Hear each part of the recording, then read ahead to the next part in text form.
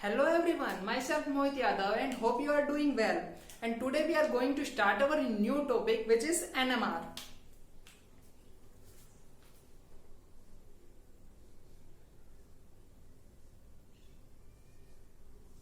आज अपन क्या स्टार्ट करने जा रहे हैं? एनएमआर स्टार्ट करने जा रहे हैं। NMR nuclear magnetic resonance. जी हाँ, कौन सा एनएमआर पढ़ेंगे? और सबसे पहले जी हाँ हाइड्रोजन एनएमआर पढ़ेंगे।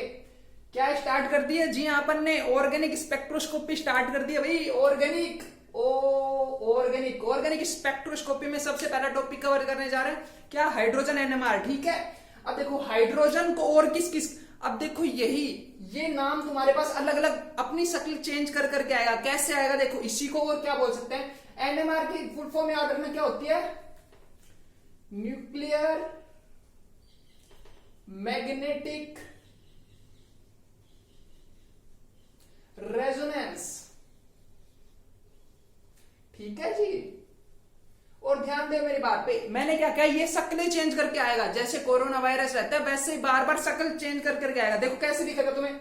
अब देखो तुम्हें हाइड्रोजन की दे, हाइड्रोजन को तुम्हें क्या पता है? प्रोटॉन भी बोलते हैं। प्रोटॉन मतलब भी हाइड्रोजन ही होता है ना, तो इसका मतलब प्रोटॉन दे या फिर H1 लिख के दे, तो इसका मतलब वो H1 हाइड्रोजन एनएमआर की बात कर रहे हैं। ठीक है जी, और उसको और क्या बोल सकता है? देखो एक और नया नाम इसका, और क्या बोल सकता है उसको?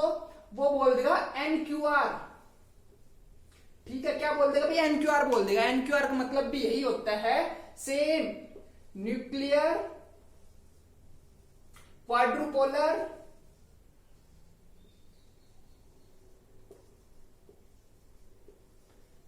रेजोनेंस। ठीक है जी, अब देखो ये नए नए नाम दे दे के आएगा और तुम्हें पहचानना है कि भाई हाँ पढ़ क्या रहे हैं, हाइड्रोजन एनएमआर पढ़ रहे हैं सबसे पहले। ठीक है, ये इसके नए नए नाम है। अब देखो सबसे पहले अपनी चीजें स्टार्ट कर देते हैं, कंसेप्चुअली पढ़ेंगे बिल्कुल एग्जाम पॉइंट ऑफ व्यू से। ठीक है, सबसे पहले क्या देखना है कि एनएमआर कौन से रीजन के अंदर लाई करता है। कौन से रीजन के अंदर? देखो अपन स्पेक्ट्रोस्कोपी पढ़ते ही क्यों है? स्ट्रक्चर डिटरमाइन करना भाई, स्ट्रक्चर को डिटरमाइन करने के लिए। ठीक है, तो सबसे पहले और उसमें यूज क्या करते थे? इलेक्ट्रोमैग्नेटिक रेडिएशन यूज करते थे। देखो मैंने स्पेक्ट्रोस्कोपी कंप्लीट करवा दी फिजिकल स्पेक्ट्रोस्कोपी एंड एकेडमी पे, वहां पे देखना। अब देखो क्या कह रहा हूं मैं, हाइड्रोजन एनएमआर पढ़ रहे हैं तो कौन सा रीजन? सबसे पहले फर्स्ट बात क्या कह रहा हूं मैं, रीजन देख लो क्या होता है। ठीक है, कौन से रीजन के अंदर देखते हैं अपन? याद रखना, एनएमआर देखते हैं रेडियो वेव के अंदर। कौन से रीजन में आता है? Radio wave. ठीक है ना, क्या लिखा मैंने? रेडियो। कैसे याद रखोगे? एनएमआर आर से एंड हो रहा है तो इसका मतलब कौन से रीजन की रेडिएशन यूज करता है? रेडियो। देखो मैंने तुम्हें कंसेप्ट सिखाया था, रेडियो मिर्ची कंसेप्ट। रेडियो सबसे ऊपर आ रहा है, ठीक है ना, याद से रेडियो वेव होती है। ठीक है, एक बार देख लेना, नहीं तो मैं अभी देखना स्क्रीन पे लगा देंगे, कोई बात नहीं, याद रख लेना उस ट्रिक को। अब देखो रीजन देख ले। सेकंड बात क्या ध्यान रखनी है अपन को? सेकंड चीज ये देखनी है कि कब अपन को पता तो होना चाहिए भाई एनएमआर एक्टिव कब होगा, इनएक्टिव होगा कब होगा। अब एक्टिव होगा उसके बारे में तो पढ़ सकते हैं, इनएक्टिव के बारे में पढ़ के क्या करोगे भाई? वो तो एनएमआर एक्टिव है ही नहीं, इनएक्टिव मतलब कोई काम धाम नहीं करेगा, एनएमआर स्पेक्ट्रा रेजोनेंस शो ही नहीं करेगा। तो क्या देखना है? एनएमआर एक्टिव कैसे है, ये कैसे पता करेंगे? एनएमआर एक्टिव कब कब होगा? ठीक है जी, अब ध्यान रखो कब होगा एनएमआर एक्टिव। ध्यान देने मेरी बात में, मैं क्या बोल रहा हूं। एनएमआर एक्टिव की बात कर रहे हैं, दो कंडीशन देख लेना उसमें। सबसे पहले तो क्या होना चाहिए? चार्ज होना चाहिए। अब देखो मैंने हाइड्रोजन लिखा है, हाइड्रोजन पे चार्ज तो होता है ये, ठीक है। दूसरी बात क्या देखते हैं अपन? दूसरी चीज हमेशा याद रखना, उसके अंदर स्पिन जो अपन बोलते हैं आई, क्या होनी चाहिए? नॉट इक्वल टू जीरो होनी चाहिए। ठीक है ना, आई की वैल्यू क्या होनी चाहिए? नॉट इक्वल टू जीरो होनी चाहिए। ये चीज याद रखनी है, ठीक है ना। जीरो नहीं होनी चाहिए, ग्रेटर हो लेस दो, कुछ भी हो, कुछ भी हो सकती है। क्या हो सकती है? एग्जाम्पल जैसे कुछ भी हो सकती है। हाइड्रोजन के लिए क्या होती है? 1/2। कुछ भी हो सकती है। ड्यूटेरियम के लिए कितनी होती है? 1। ऐसे ही 1 2 3 कुछ भी हो सकती है, ETC लिख देते हैं यहाँ पे, ठीक है ना। ये चीज याद रखना। ये क्या है? एनएमआर एक्टिव कब होगा ये देखने के लिए पता करते हैं कि आई की वैल्यू कुछ ना कुछ होनी चाहिए भाई, ठीक है जी। अब अपन देख लेते हैं कि आखिर होता क्या है इसके अंदर आगे चीजें, ठीक है। इसको रफ कर देते हैं और आगे कंटिन्यू करते हैं अपना फर्दर, ठीक है। चलो ये चीज क्लियर हुई। नेक्स्ट पेज में मैं चीजें करवा रहा हूं, ठीक है, ध्यान देना मेरी बात पे, ठीक है। क्या पढ़ रहे हैं? एनएमआर पढ़ रहे हैं जी। ठीक है जी, ये रफ कर दूं, ये लिखा रहने दे, चलो लिखा रहने देते हैं यार, सुंदर सुंदर दिखेगा, अभी कुछ पढ़ रहे हैं। ठीक है, अब क्या देखना अपन को, अब अपन पता कर लेते हैं भाई कौन कौन एक्टिव कब होगा, इनएक्टिव कब होगा, कैसे पता करते हैं। देखो अब मैं इसको क्लासिफाई कर रहा हूं, थर्ड पॉइंट क्या है, क्लासिफिकेशन लिख रहा हूं इसका, कि देखो अब न्यूक्लियाई रहता है तुम्हारे पास, क्या रहता है, न्यूक्लियाई। ये क्या भाई, न्यूक्लियाई है। ये दो तरीके का हो सकता है, कैसा कैसा, एक तो मैग्नेटिक बोलेंगे और एक नॉन मैग्नेटिक, क्या बोलते हैं, एक तो बोल जाते हैं मैग्नेटिक, ठीक है जी, और एक बोलते हैं भाई non magnetic.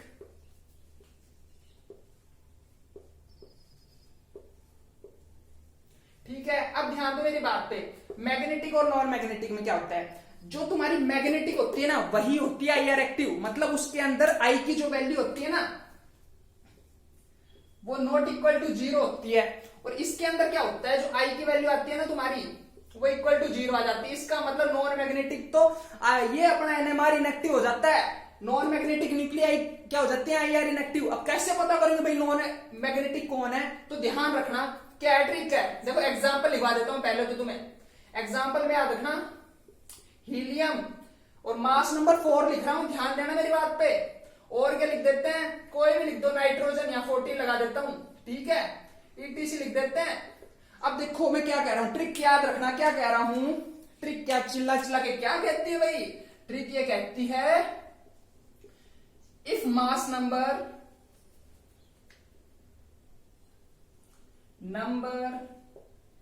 Is divisible by 4, अगर मास नंबर 4 से डिविजिबल है, ये देखो ये जो दिख रहा है तुम्हें, ये क्या मास नंबर है, ये अगर 4 से डिविजिबल है तो क्या कह देंगे, क्या कह देंगे अपन, ध्यान रखना मेरी बात पे, तो वो कैसी हो जाएगी, नॉन मैग्नेटिक न्यूक्लियाई, ठीक है ना।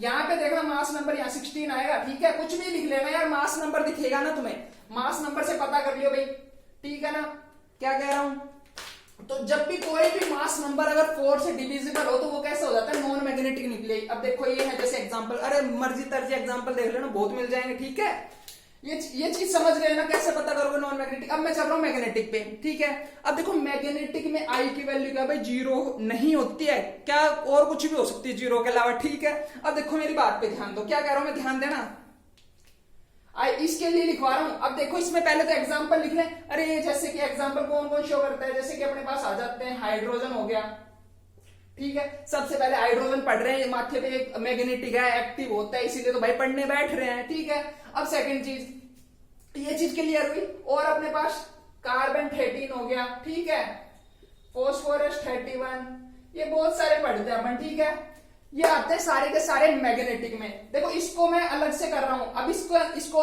फर्दर क्लासिफाई करके बस एक और चीज बतानी है, ठीक है, ध्यान देना मेरी बात में, मैं क्या कह रहा हूं, ये तो यही खत्म हो जाता है। अब ध्यान देना मेरी बात पे, क्या कहता हूं, रफ कर देता हूं इसको, ठीक है। अब देखो मैं फर्दर क्लासिफाई करके बता रहा हूं चीजों को, नॉन मैग्नेटिक तक समझ में आ गया ना, अब आगे देखना, इसको रफ कर दें क्या, चलो इसी को आगे कंटिन्यू, चलो इसको रफ कर ही देते हैं, मैग्नेटिक को कंटिन्यू करके बता दूंगा मैं, ठीक है, ध्यान देना मेरी बात पे।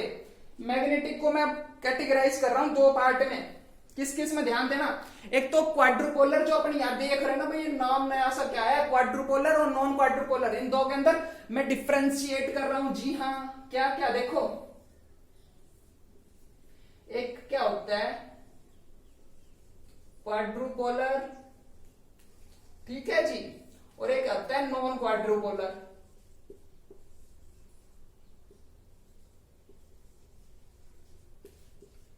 ठीक है सर जी। अब ध्यान दो इन बातों पे, ये दो होते हैं, एक तो क्वाड्रुपोलर एक नॉन क्वाड्रुपोलर, ठीक है, इनके अंदर ध्यान देना मैं क्या कह रहा हूं, जो क्वाड्रुपोलर होता है ना उसके अंदर तो आई की जो वैल्यू है ना वो ग्रेटर देन 1 आती है भाई, और इसके अंदर जो आई की वैल्यू होती है ना वो लेस देन 1 होती है। सबसे पहली बात, वो क्वेश्चन यहां से पूछ सकता है स्टेटमेंट वगैरह बना के कैसे भी, कि क्वाड्रुपोलर में आई की वैल्यू और नॉन क्वाड्रुपोलर में आई की वैल्यू, सबसे पहले ये चीज याद रखनी है, ठीक है। फिर एक और चीज बता रहा हूं, क्या, एक इक्यू लिखते हैं अपन, उसकी वैल्यू भी ग्रेटर देन 1, इसके अंदर तो भाई ग्रेटर देन 1 होती है, ठीक है, और इसके अंदर क्या होती है, लेस देन 1, ठीक है। ये होते हैं इलेक्ट्रिक क्वाड्रुपोलर बोलते हैं इसको, ठीक है ना, इलेक्ट्रिक क्वाड्रुपोलर। तो ये वैल्यू पूछ सकते हैं, इसलिए मैंने यहाँ लिखवा दी है, ठीक है। ये दोनों वैल्यू तुमसे पूछी जा सकती है, डायरेक्ट पूछेगा तो डायरेक्ट पूछेगा इन वैल्यूज को, ठीक है। तो पता होनी चाहिए क्या है, ठीक है। आगे चल दूं मैं, आगे चल दूं, ठीक है ना। हाँ चलो आगे चल रहा हूं। अरे इनको इसको जीरो कर लेना यार, मतलब ग्रेटर देन जीरो और ये लेस देन जीरो, या फिर जीरो के इक्वल टू मान लो यार इसको। एक काम करो, इसको जीरो मान लो। अगर जीरो से ज्यादा है तो क्वाड्रुपोलर और जीरो से कम है तो नॉन क्वाड्रुपोलर, ठीक है। चलो ये चीज समझ गए। अब देखो मेरी बात पे ध्यान देना, क्या कह रहा हूं मैं। जो क्वाड्रुपोलर होता है ना, क्वाड्रुपोलर के अंदर क्या होता है, ध्यान देना मेरी बात पे। इसको है ना यहीं पे छोटा सा करके बता रहा हूं मैं, दो तीन बातें। ये दो तरीके का हो सकता है भाई, ठीक है। ये पहली बात तो कैसे होता है, नॉन स्पेरिकल, ठीक है। यहां पे छोटा सा लिख लो, क्या कह रहा हूं, नॉन स्पेरिकल होते हैं,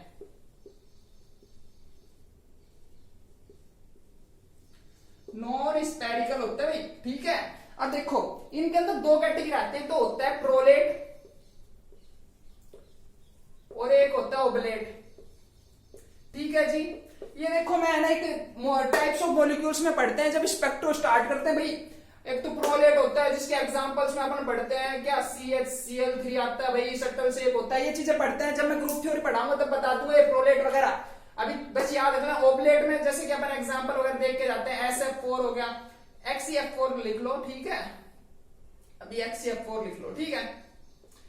ये क्या हो गए अपने एग्जांपल, एक एक बता देता हूं, आगे अच्छे से पढ़ लेंगे कंटिन्यू इनको। ये इस क्वाड्रुपोलर के अंदर आते हैं ये वाले, ठीक है। इनको सिमेट्रिकल टॉप मॉलिक्यूल भी बोलते हैं, सिमेट्रिक टॉप मॉलिक्यूल। बस अभी के लिए ध्यान रख लो, ज्यादा अंदर मत पूछना। नॉन क्वाड्रुपोलर में क्या आते हैं, ये स्पेरिकल होते हैं। कैसे होते हैं, स्पेरिकल। अरे जी हाँ स्पेरिकल बोल रहा हूं, ठीक है। ये चीजें सीखी अभी तक। अब देखो मैं ये बता क्यों रहा हूं, ठीक है। बताऊंगा ये क्यों बता रहा हूं। देखो क्या होता है, जो क्वाड्रुपोलर होता है ना, क्या बोला मैंने, जो क्वाड्रुपोलर होता है उसमें तुम्हें मिलती है ब्रॉड पीक। कैसी पीक मिलती है, चलो मैं रफ करके अच्छे से लिखवा देता हूं, क्या कह रहा हूं, ध्यान देना। चलो इसको मिटा के यही बता देता हूं, ठीक है। ध्यान देना मैं क्या समझा रहा हूं। जो क्वाड्रुपोलर होता है ना उसमें कैसी पीक मिलती है, तुम्हें ब्रॉड पीक मिलती है। यही लिख रहा हूं भाई, क्या मिलती है, ब्रॉड पीक मिलती है। कैसी पीक, अरे ब्रॉड पीक। देखो कैसे होता है, ऐसी कुछ बड़ी सी पीक मिलेगी, ठीक है ना। अब देखो इसके अंदर अपन देखो कहते क्या, जो ये होता है ना, ये इसको बोलते हैं delta we, change in frequency, ठीक है। और ये किसके साथ आता है, रिलैक्सेशन टाइम के साथ। तो देखो ये जितना ज्यादा आएगी ना तो मतलब उतनी ब्रॉड पीक आएगी। तो अपन इसके अंदर पता है क्या कहते जाते हैं, क्या कहते हैं, ध्यान देना मेरी बात को। किसके अंदर बता रहा हूं, क्वाड्रुपोलर में क्या होता है, ये रिलेशन होता है अपना, ध्यान देना भाई, डेल्टा टी के साथ। टी क्या है यहाँ पे, टी है यहाँ पे रिलैक्सेशन टाइम। अरे ना दिख रहा हो तो भाई बता देना कमेंट वगैरह में, क्या है, रिलैक्सेशन टाइम है। अब ध्यान देना, जितना ज्यादा रिलैक्सेशन टाइम होगा उतना ये वैल्यू क्या होगी, कम होगी। इसका मतलब क्वाड्रुपोलर में रिलैक्सेशन टाइम क्या होता है, ज्यादा होता है, सॉरी कम होता है। रिलैक्सेशन टाइम क्या होता है, कम होता है। अब ये कम होगा तो ये वैल्यू ज्यादा होगी ना। तो अपन इसके अंदर क्या कह सकते हैं कि डेल्टा टी जो होता है वो क्या होता है, लेस होता है। क्या होता है, डेल्टा टी कम होता है, और बहुत कम होता है। उसकी वजह से क्या होती है, जो ये डेल्टा वी की वैल्यू है ना, मतलब पीक जो होती है ना ब्रॉड हो जाती है, ठीक है, किसमें, क्वाड्रुपोलर में, ठीक है। ऐसे नॉन क्वाड्रुपोलर में क्या होता है, देखिए ध्यान देना मेरी बात है। इसका बिल्कुल उल्टा हो जाएगा भाई, क्या उल्टा हो जाएगा, इसके अंदर मिलती है अपन वो शार्प पीक, जो कि बढ़िया पड़ेगी। देखो जितनी शार्प पीक तुम्हें मिलेगी उतना ही बढ़िया रहेगा, अच्छे से क्लियरली देख पाओगे।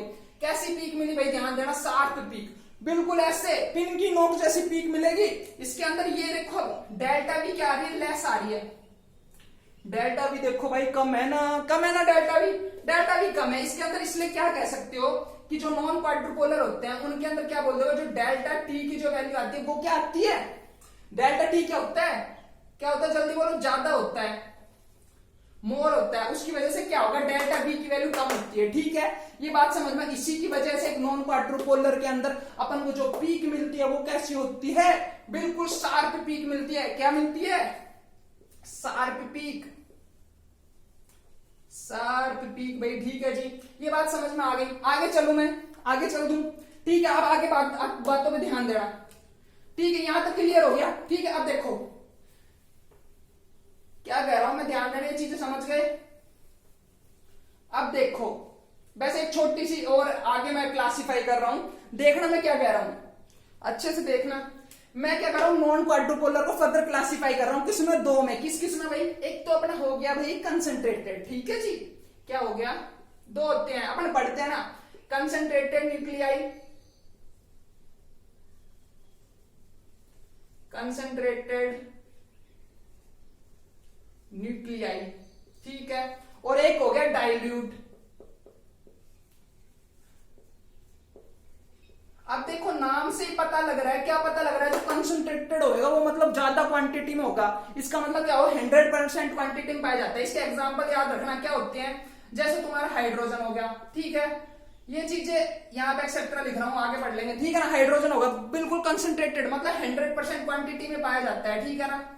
और डाइल्यूट के अंदर जैसे कि कार्बन 13 हो गया, ठीक है, ये क्या होता है, 1.1% प्रेजेंट होता है। इसका मतलब जो कार्बन 12 होता है, बच गया वो कार्बन 12, तो जो कार्बन 12 रहेगा वो कितना रहेगा, 90, इसको 100 में से 1.1 माइनस कर लो परसेंट, तो कुछ 98 पॉइंट समथिंग समथिंग क्या आ जाएगा, 12 कार्बन का क्या आ जाएगा, कितना कंसेंट्रेशन। तो ये डाइल्यूट और कंसेंट्रेटेड में अलग अलग रहती है। जो कंसेंट्रेटेड रहती है ना वो ज्यादा अच्छी रहती है, उनके अंदर ज्यादा अच्छी पीक मिलती है, और उनकी क्वांटिटी कम लेनी पड़ती है अपने, जो अपन प्रैक्टिकल वगैरह करते हैं, स्पेक्ट्रोस्कोपी, ठीक है जी।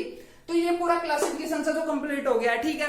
अब आगे फर्दर कंटिन्यू करेंगे अपन, क्या कि आखिर ये होता क्या है इसमें। अरे ये न्यूक्लियर मैग्नेटिक, ये देख लिया, न्यूक्लियर देख लिया, अब मैग्नेटिक देख लिया, क्या होता है मैग्नेटिक में, और रेजोनेंस का मतलब क्या होता है ये और देख लेंगे अब, ठीक है। अब देखो